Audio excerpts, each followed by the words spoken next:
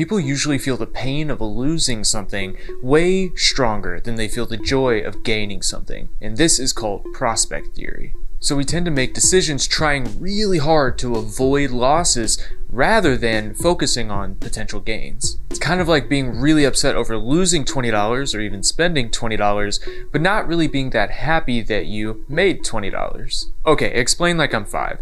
Imagine you have 2 candy bars. If someone takes one away, you might feel really sad. But if you find a 3rd candy bar, you're not as happy about the 3rd one as you were sad about losing one. That's because you dislike losing more than you like finding. What is the most common real example of prospect theory? You can find this in the behavior of investors in the stock market. Many investors will hold on to losing stocks way longer than they should. They aren't being rational and they fear loss too much.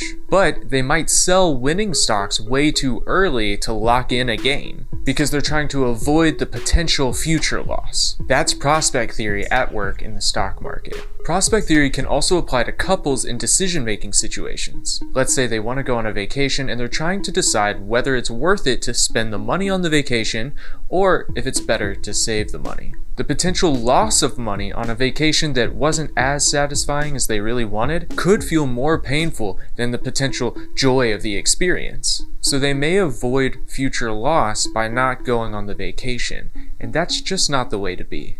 How does prospect theory apply to my career though? Let's say you're up for a new job or a promotion, but you really like your current job.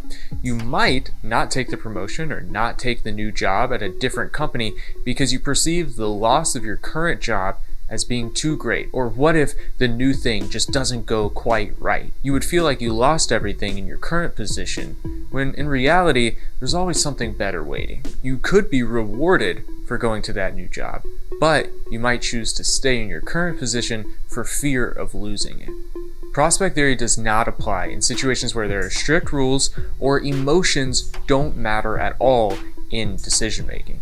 For example, a computer algorithm that's trading stocks doesn't need to worry about prospect theory because it doesn't feel a certain way about gains and losses. Be careful and think about prospect theory when your fear of loss threatens to take an experience from you. Being overly cautious and making conservative choices all the time can hinder you from growth. Change can be positive, and you need to be open to new opportunities that might also be lucrative and helpful and good for you.